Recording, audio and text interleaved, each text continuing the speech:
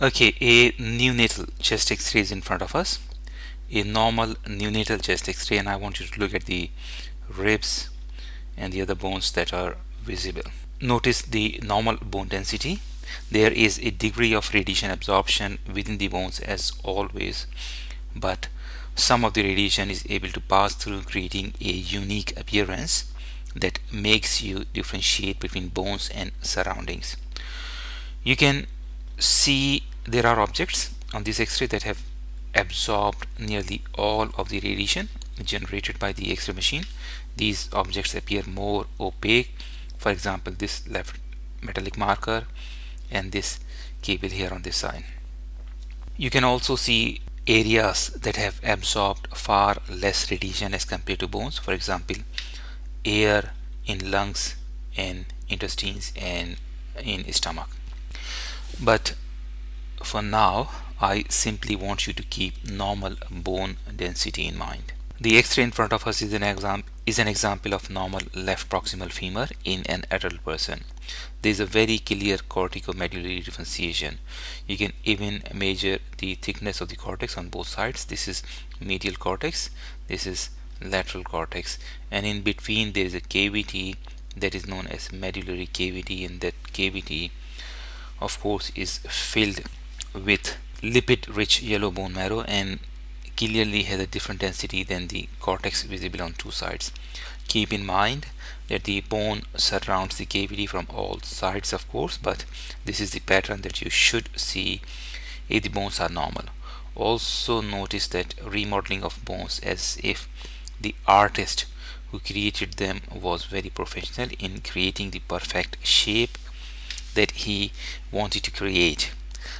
Let's look at another femur X-ray in a child. Again, normal bone density, and there is a very clear corticomedullary differentiation. This is the medial cortex, this is the lateral cortex, and there is medullary cavity in between. Now look at this chest X-ray.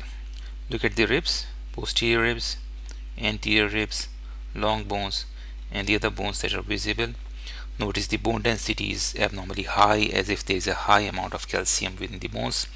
There is also a poor remodeling of ribs and other bones, especially the costal ends of the ribs, which are anterior, do not look normal. Notice the similar finding in long bones. There is a loss of corticomedullary differentiation. You cannot differentiate between cortex and medulla. The condition is known as osteopetrosis. The loss of corticomedullary differentiation is because of increased cortical thickening and medullary stenosis.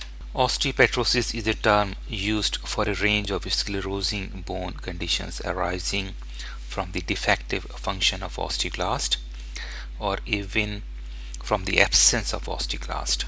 Osteoclasts are large multinucleated cells that are responsible for breakdown and reabsorption of bones. And I'll make another video on remodeling of bones that will describe osteoclast and function of osteoclast. But for those who do not know, bone is a dynamic tissue.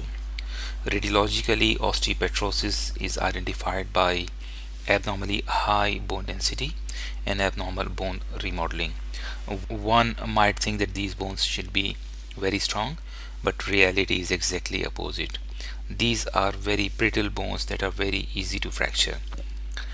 The topic is very broad, which is clearly beyond the scope of this small video, and also the list of conditions that can cause diffused osteosclerosis other than osteopetrosis is quite long, and the purpose of this small video is to describe the most common radiological features of the condition known as osteopetrosis.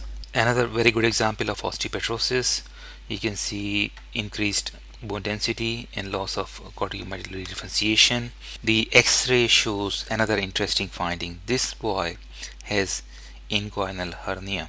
You can see intestines within the scrotal sac with air and fecal material within it. So the black density of course is air, and it is surrounding the fecal material. Thank you very much.